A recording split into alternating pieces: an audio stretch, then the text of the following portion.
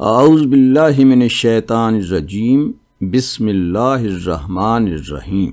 آج ہم ایک بہت ہی دلچسپ اور مخصوص موضوع پر بات کرنے والے ہیں۔ ہمارے پاس ایک حوالہ آیا ہے جو کسی گہری تحقیق کا نتیجہ لگتا ہے۔ صرف 3 ٹکڑے ہیں۔ سید ابو الاعلیٰ مودودی کی تفہیم القرآن، سورۃ البقرہ اور رکوع 37۔ یہ اپنے آپ میں ایک معمے کی طرح ہیں، ہے نا؟ آج ہمارا کام اس معمے کو حل کرنا ہے اور یہ جاننا ہے کہ اس ایک حوالے میں ایسی کیا خاص بات چھپی ہے۔ یہ واقعی ایک دلچسپ چیلنج ہے۔ یہ بالکل ویسا ہے جیسے کسی لائبریری کے ایک مخصوص شیلف پر رکھی ایک خاص کتاب کے ایک خاص صفحے کو تلاش کیا جائے۔ اس میں ہر لفظ، ہر ٹکڑے کی اپنی اہمیت ہے۔ ہمارا کام ان تینوں ٹکڑوں کو جوڑ کر ایک مکمل تصویر بنانا ہے تاکہ ہم سمجھ سکیں کہ اس کے پیچھے اصل سوچ کیا ہے۔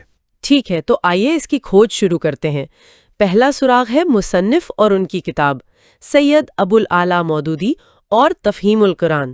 مودودی صاحب کا نام تو بہت سنا ہے، لیکن ان کے کام کا انداز کیا تھا جو آج بھی لوگ ان کی طرف آتے ہیں؟ دیکھیں، سید مودودی جو تھے وہ 20ویں صدی کی اسلامی فکر میں ایک بہت بڑا نام ہے۔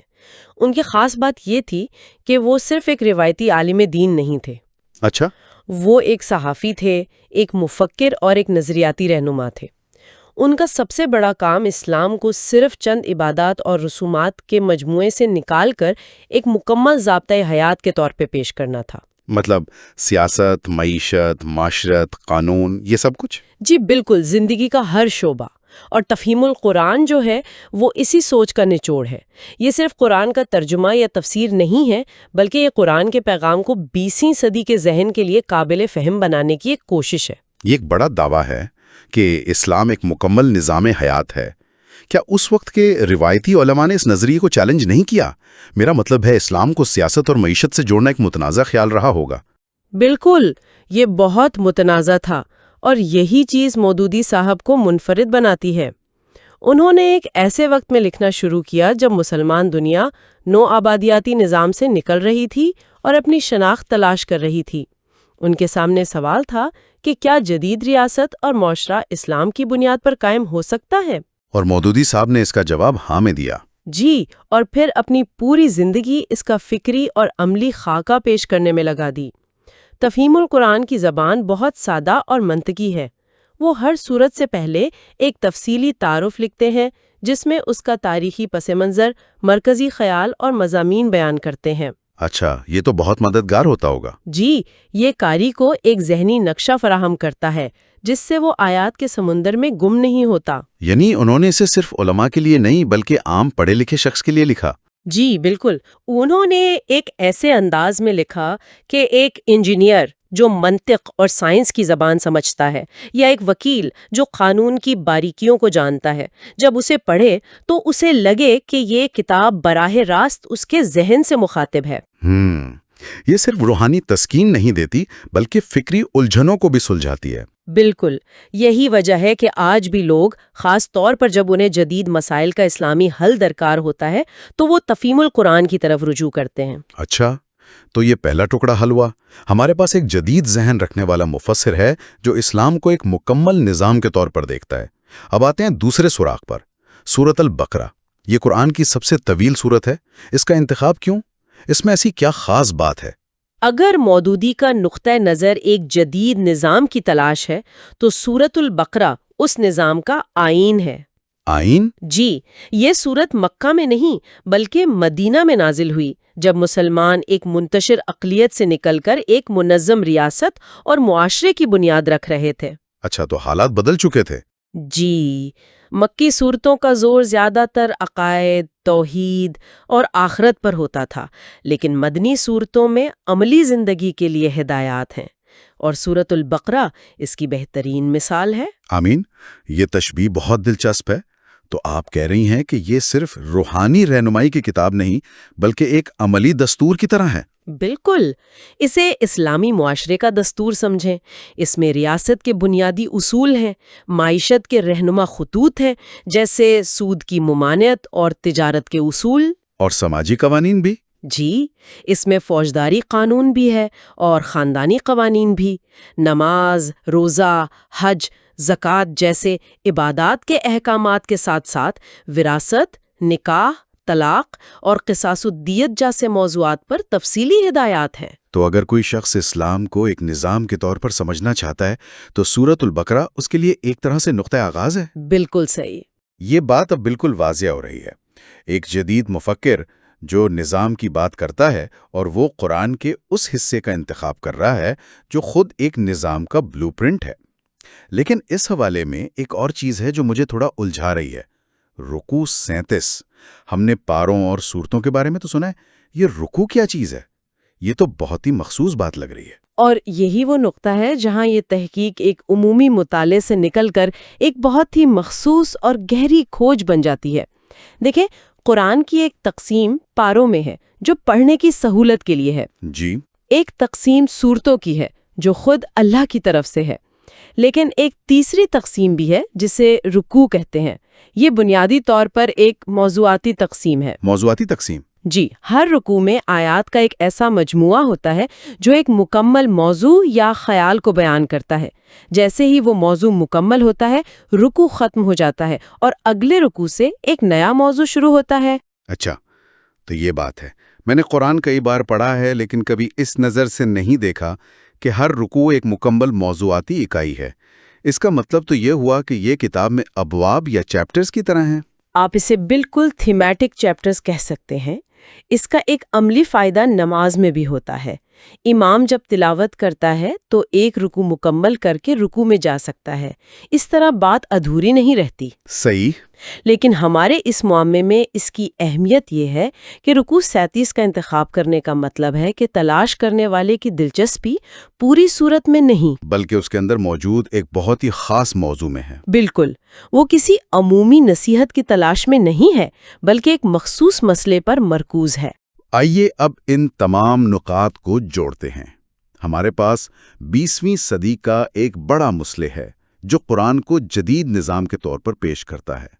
اس کی تفسیر سے قرآن کی سب سے آئینی اور قانونی صورت کا انتخاب کیا گیا ہے، اور پھر اس صورت میں سے بھی ایک مخصوص موضوعاتی باب یعنی رکوع 37 کو چنا گیا ہے۔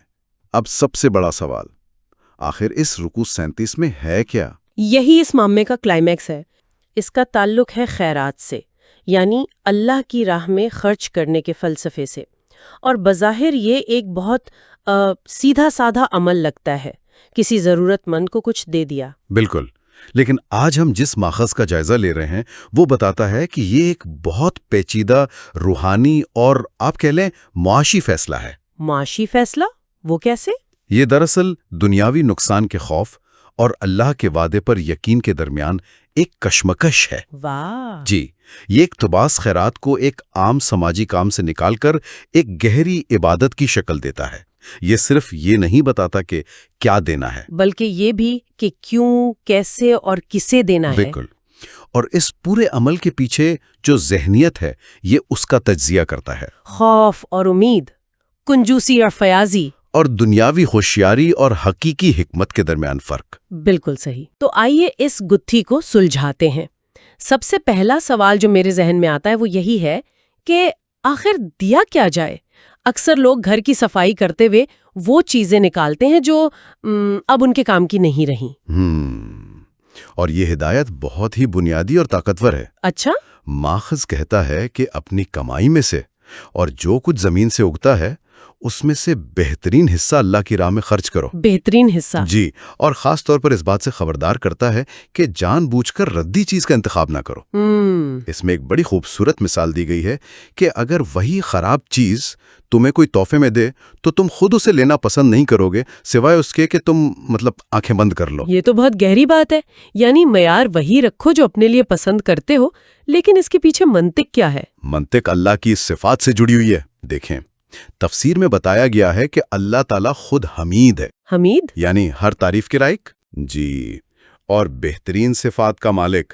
وہ خود بے نیاز بھی ہے، اسے ہماری کسی چیز کی ضرورت نہیں۔ صحیح۔ تو جب ایسی ذات کی راہ میں کوئی چیز دی جائے جو خود ہر عیب سے پاک ہو تو اسے گھٹیا چیز پیش کرنا اس کی عظمت کی ناقدری ہے۔ اچھا، یہ ایسا ہی ہے جیسے آپ کسی بہت بڑے بادشاہ کے دربار میں کوئی ٹوٹی پھوٹی چیز لے جائیں، وہ تحفہ بادشاہ کی ضرورت نہیں، وہ آپ کی عقیدت دکھاتا ہے۔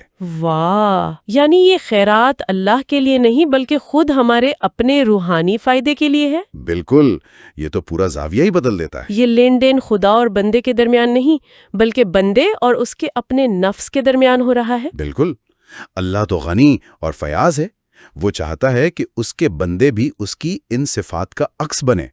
جب کوئی شخص اپنی بہترین چیز دیتا ہے تو وہ کنجوسی سے اوپر اٹھ جاتا ہے۔ اچھا، تو بہترین مال دینے کی بات تو سمجھ آتی ہے، لیکن اصل میں تو ایک بہت حقیقی انسانی خوف ہے کہ اگر دے دیا تو میرے پاس کم ہو جائے گا۔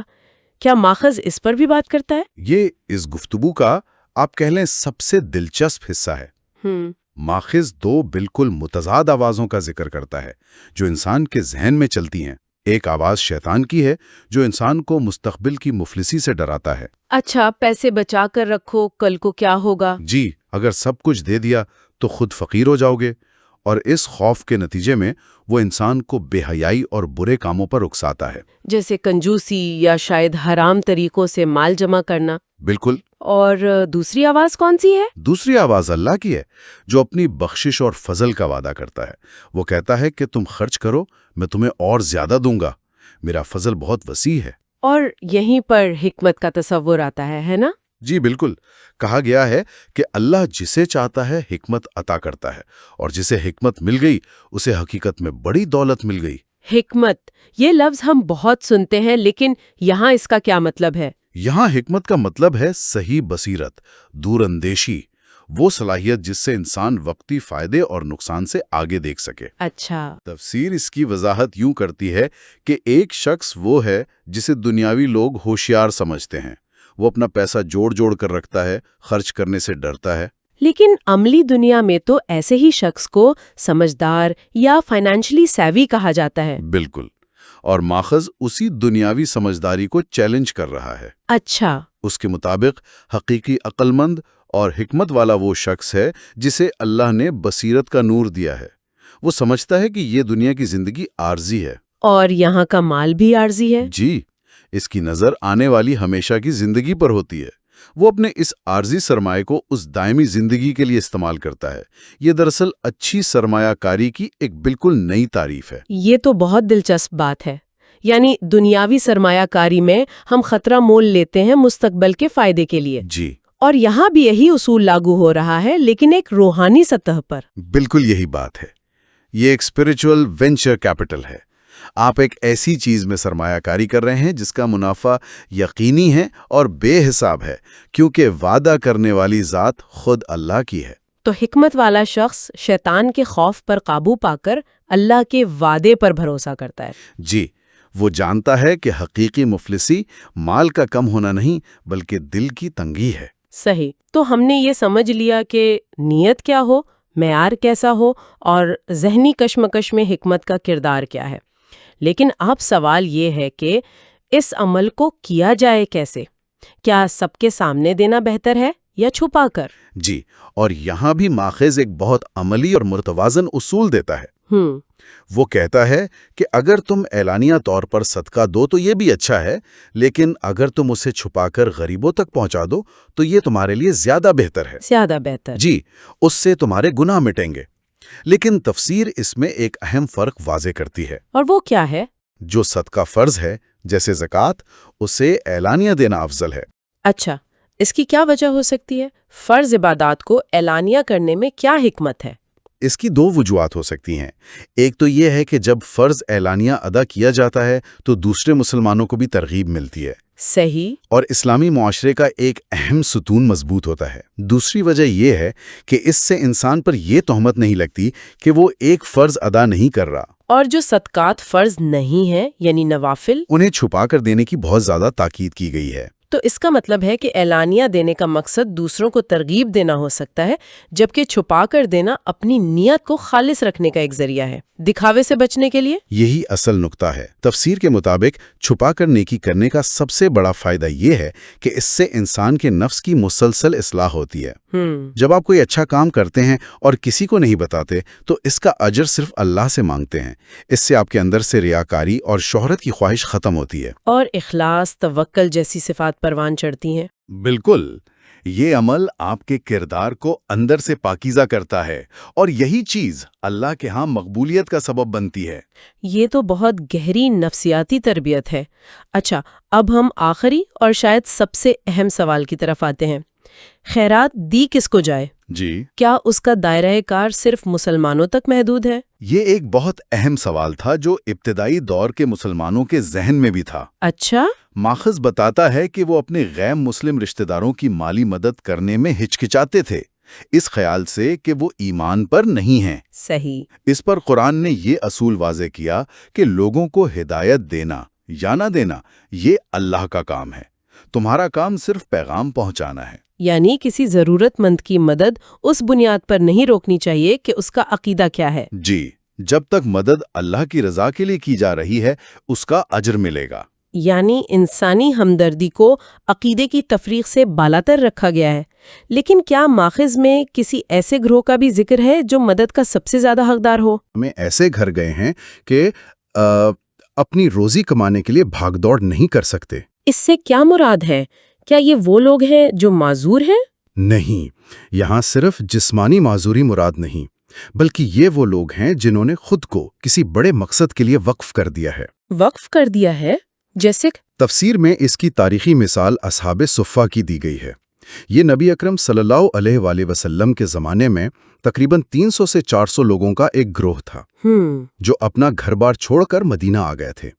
ان کا واحد مقصد دین کا علم حاصل کرنا اور پھر اسے دوسروں تک پہنچانا۔ وہ کل وقتی طالب علم اور استاد تھے۔ تو اس لیے ان کے پاس کاروبار یا کھیتی باڑی کے لیے وقت نہیں ہوتا تھا؟ بالکل، وہ ہمہ وقت مسجد نبوی کے ایک چبوترے یعنی صفہ پر رہتے تھے۔ اور ان کی سب سے خاص بات کیا تھی؟ ان کی سب سے خاص بات ان کی شدید خودداری تھی۔ ماخذ کہتا ہے کہ ناواقف شخص ان کی ظاہری حالت دیکھ کر انہیں خوشحال سمجھتا ہے، کیونکہ وہ لوگوں سے لپٹ کر سوال نہیں کرتے تھے۔ جی، وہ اپنی ضرورت ظاہر نہیں کرتے تھے۔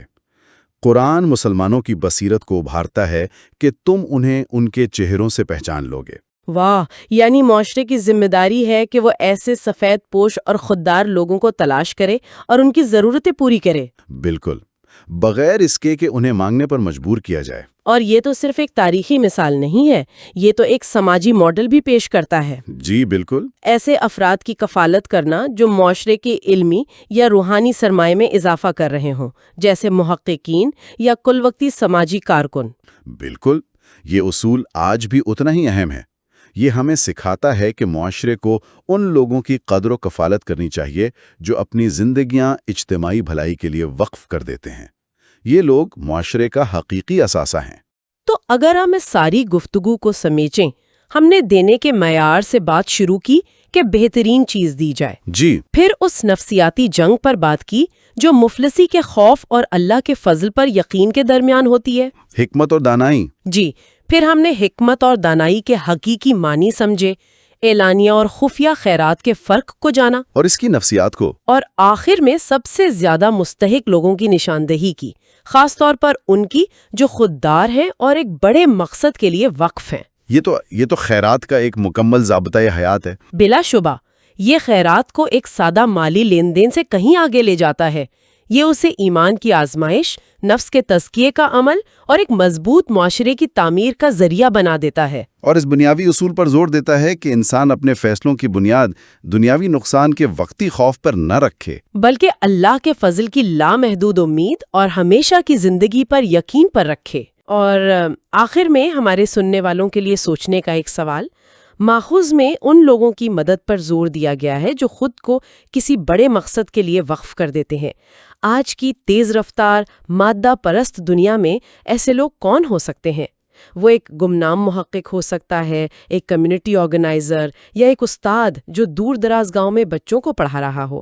ہم ایسے لوگوں کو کیسے پہچانیں اور شدید ضرورت کے باوجود اپنی خودداری قائم رکھنے والوں کی شناخت اور مدد کا یہ قرآنی اصول جدید معاشرے میں کیسے اپنایا جا سکتا ہے؟